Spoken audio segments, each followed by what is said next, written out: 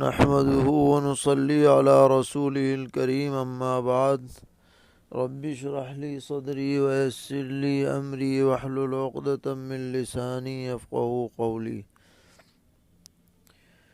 دینی رہنمائی کی مجلس نمبر 232 میں سبھی سامعین کی خدمت میں السلام علیکم ورحمۃ اللہ وبرکاتہ عرض ہے۔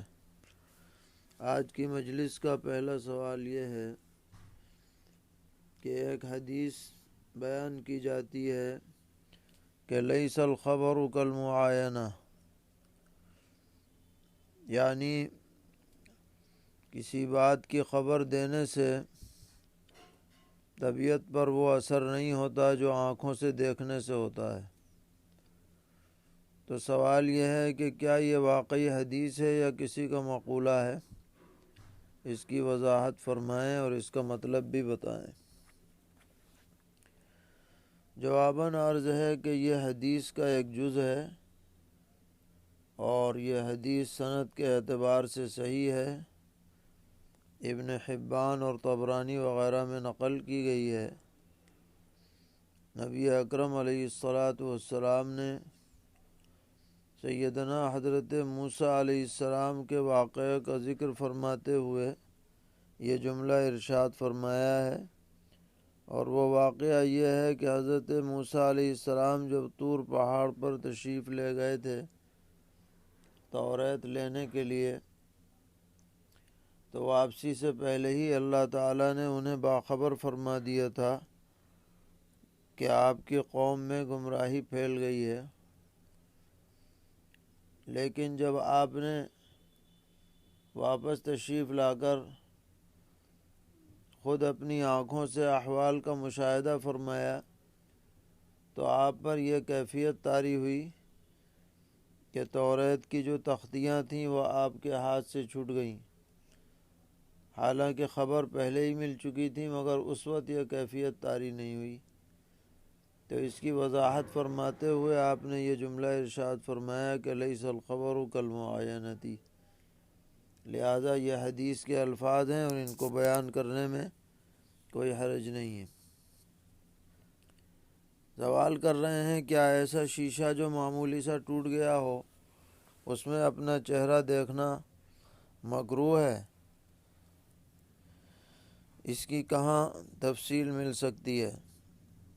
جواباً عرض ہے کہ اس بارے میں کوئی حدیث یا روایت تو نظر سے نہیں گزری، لیکن بسا اوقات ایسا ہوتا ہے کہ شیشہ ٹوٹنے کی وجہ سے اس میں جو تصویر نظر آتی ہے وہ بے ہنگم سی ہو جاتی ہے، تو شاید اسی وجہ سے کسی نے منع کیا ہو، لیکن اس پر کوئی روایت ہمارے سامنے نہیں ہے۔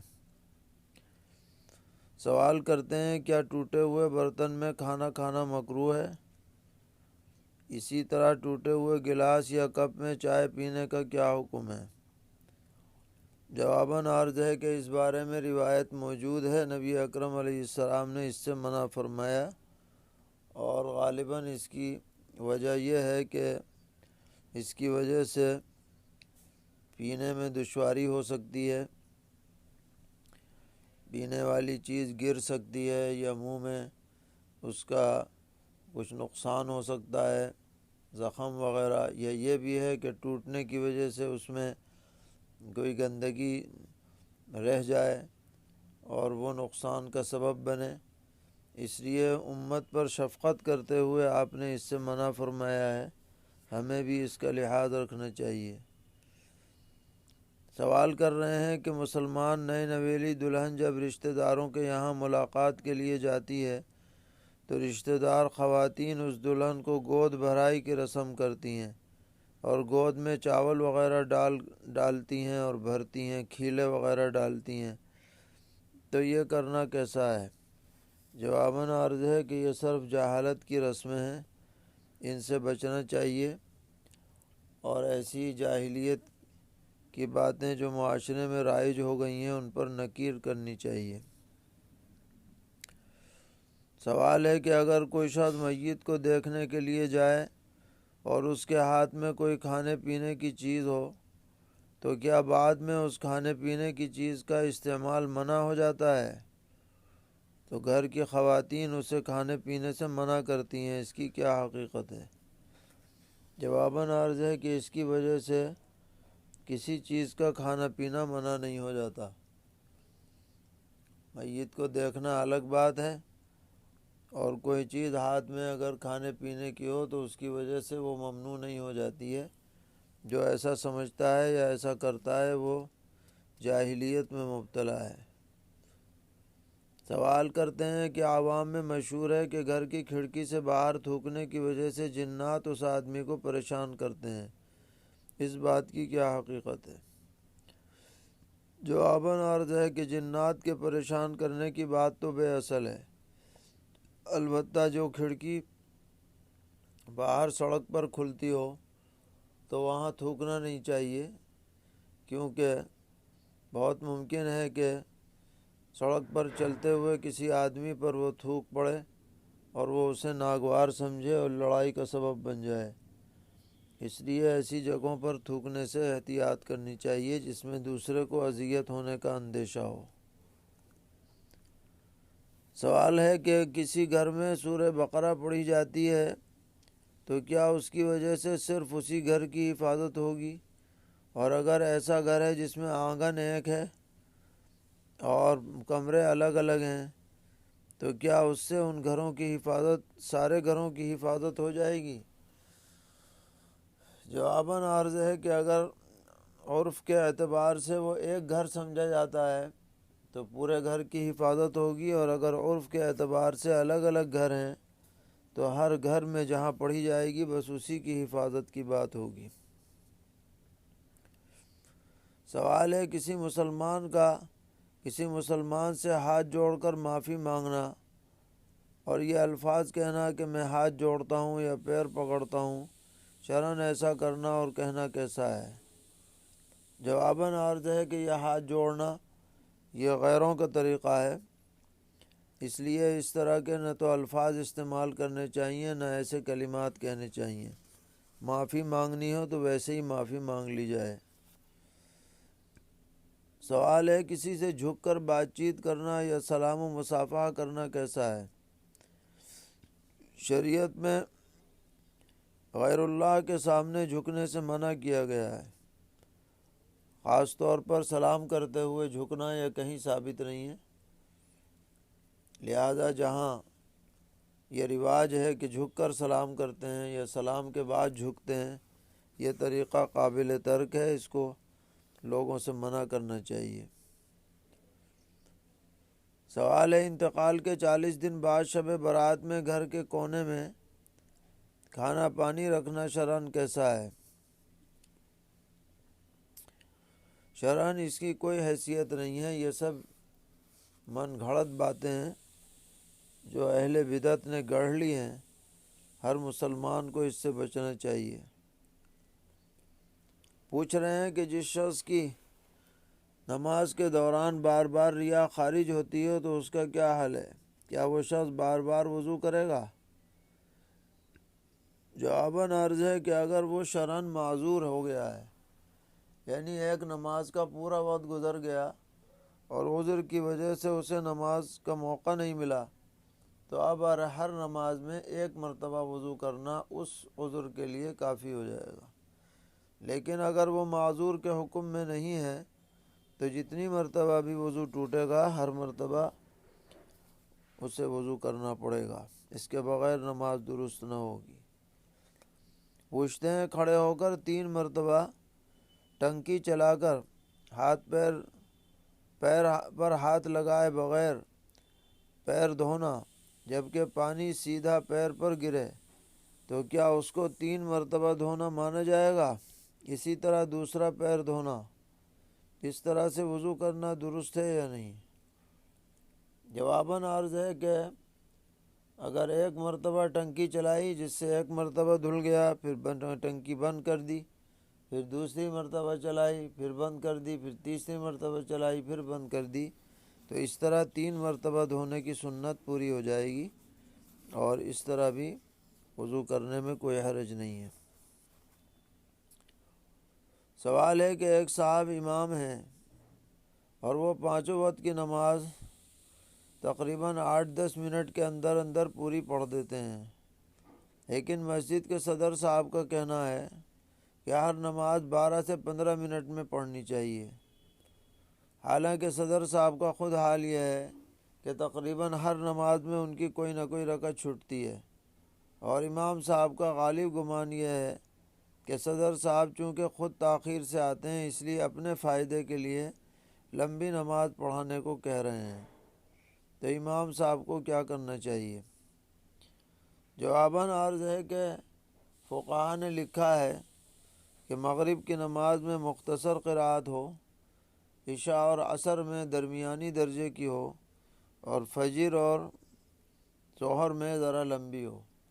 امام صاحب کو اسی قرأت کا اہتمام رکھنا چاہیے، اور صدر صاحب جو کہہ رہے ہیں اپنے مفاد کے لیے اس کا لحاظ نہ رکھیں، بلکہ جو فقہاء نے لکھا ہے اور احادیث سے بھی اس کا ثبوت ہے، اسی کے مطابق نماز پڑھانی چاہیے اور لوگوں کو اسی کے عادت ڈلانی چاہیے۔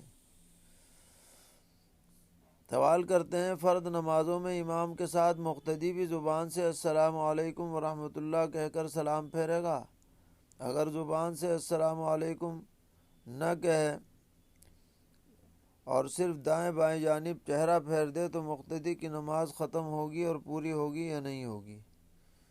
جواباً عرض ہے کہ فقہاء لکھتے ہیں کہ سلام کے الفاظ زبان سے ادا کرنا جس طرح امام کے لیے لازم ہے، اسی طرح مقتدی کے لیے بھی لازم ہے۔ جب تک وہ زبان سے ادا نہیں کرے گا وہ نماز سے باہر نہیں ہوگا، اس لیے مقتدیوں کو السلام علیکم کے الفاظ زبان سے کہنے کا اہتمام کرنا چاہیے۔ سوال ہے، اگر کوئی شخص نماز پڑھنے کے لیے اس وقت آیا جبکہ امام سجدے میں ہو تو نیت باندھ کر نماز میں شامل ہونے کا کیا طریقہ ہے؟ کیا وہ دونوں ہاتھوں کو کانوں تک اٹھا کر ناف کے نیچے باندھے گا یا ہاتھ باندھے بغیر سیدھے سجدے میں چلا جائے گا؟ جواباً عرض ہے کہ اس کے لیے ہاتھ باندھنا اور قیام کرنا ضروری نہیں ہے، بلکہ تکبیر کہہ کر سیدھے سجدے میں چلا جائے اور سجدے میں شامل ہو جائے، لیکن یہ رکعت اس کی مانی نہیں جائے گی، بعد میں پوری کرنی ہوگی۔ پوچھتے ہیں، بغیر مصلی بچھائے نماز پڑھنا جبکہ بستر پر جو چادر بچھی ہوئی ہے وہ چادر پاک ہے، تو اس طرح سے نماز پڑھی جا سکتی ہے یا نہیں؟ جواباً عرض ہے کہ جو جگہ اور چادر پاک ہو وہاں نماز پڑھی جا سکتی ہے، کوئی الگ سے مصلی بچھانا کوئی ضروری نہیں ہے۔ سوال ہے، کیا نکاح دن میں بھی ہو سکتا ہے، مثلا ظہر اور عصر کی نماز کے بعد؟ جی ہاں، نکاح کے لیے کوئی ایسا خاص وقت مقرر نہیں ہے، دن میں ہو رات میں ہو، جب مناسب ہو جب ہو سکتا ہے، بس جو نکاح کی شرائط ہیں وہ پوری ہونی چاہیے۔ پوچھتے ہیں، نکاح پڑھاتے وقت مجلس نکاح میں 2 گواہوں اور وکیل کا نام ذکر کرنا ضروری ہے؟ جواباً عرض ہے، وکیل گواہوں کا نام ذکر کرنا کوئی ضروری نہیں ہے، البتہ وکیل کی اجازت ہونی چاہیے اور گواہ مجلس میں موجود ہونے چاہیے۔